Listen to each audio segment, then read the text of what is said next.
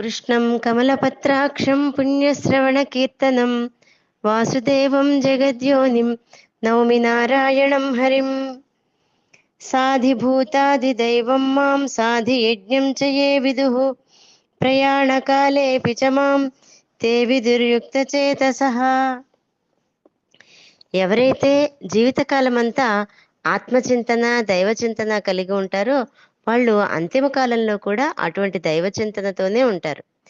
దేహ వియోగ సమయంలో అంటే మరణ సమయంలో కూడా బ్రహ్మానుభవాన్నే కలిగి ఉంటారు. సమస్తము బ్రహ్మమే, ఆ బ్రహ్మమును నేనే అనేటువంటి భావన వచ్చేస్తుంది వాళ్ళకి. అయితే ఆ అనుభవం ఎలా వస్తుంది అంటే దానికి సమాధానం ఈ శ్లోకంలో చెప్పబడింది. యుక్తచేతసః అంటే మనోనిగ్రహమైన ముఖ్యమైనటువంటిది. ఇంద్రియాలను మనస్సును జయించలేని వారికి అటువంటి అనుభవం కలగనే కలగదు. జీవితకాలం అంతా ఇటువంటి ఆలోచనతో ఉండే వారి జీవితం అంత్యకాలం నందు కూడా చాలా బాగుంటుంది.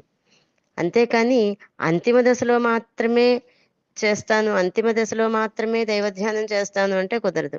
కనుక ఆరోగ్యం బాగా ఉన్నప్పుడే, ఇంద్రియాలు అంటే కళ్ళు చెవులు నోరు సక్రమంగా పనిచేస్తున్నప్పుడే, అంటే శరీరంలో శక్తి పూర్తిగా తగ్గకముందే సమస్త సాధనలు చేసి ఆత్మానుభవాన్ని పొందాలి. ప్రయాణం చేయాలి అని అనుకున్నప్పుడు ముందుగానే సామాను అంటే లగేజ్ అంతా ఎలా సర్ది పెట్టుకుంటామో అలాగే బాల్యము యవ్వనమునందే ఉన్న శక్తితో, ఆ బాల్యము యవ్వనమునందు ఉన్నటువంటి శక్తి చాలా పరిపుష్టంగా ఉంటుంది. అటువంటి శక్తితో సిద్ధంగా ఉండాలి.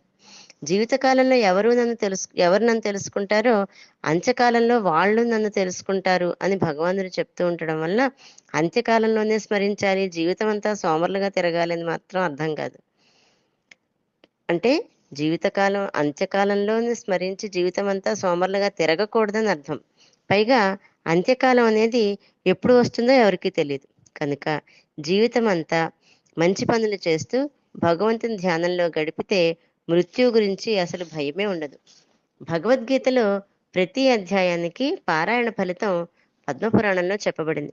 అందులో 7వ అధ్యాయమైనటువంటి జ్ఞానయోగానికి కొన్ని విశిష్టత ఇక్కడ చెప్పబడింది. పూర్వం పాటలీపుత్రం అనే నగరంలో శంకుకర్ణుడు అనే బ్రాహ్మణుడు ఉండేవాట. అతడు బ్రాహ్మణుడు చేయవలసిన పాటించవలసిన నియమనిష్టలను విడిచిపెట్టి నిరంతరము డబ్బు సంపాదనలోనే పడిపోయాడు.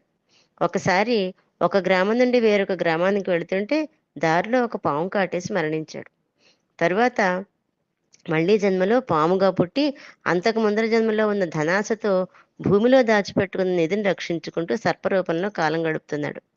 ఒక రోజున అతని యొక్క కుమారుల్లో ఒకరికి స్వప్నంలో తాను ఆ నిధిని రక్షిస్తున్నానని, తనకు ఈ దశ నుండి విముక్తి కావాలని భగవద్గీతలో 7వ అధ్యాయం పారాయణ చేసి తనకు ఈ జన్మ నుండి విముక్తి కలిగేలా ప్రయత్నించమని కోరితే వాళ్ళు అలాగే చేశారు.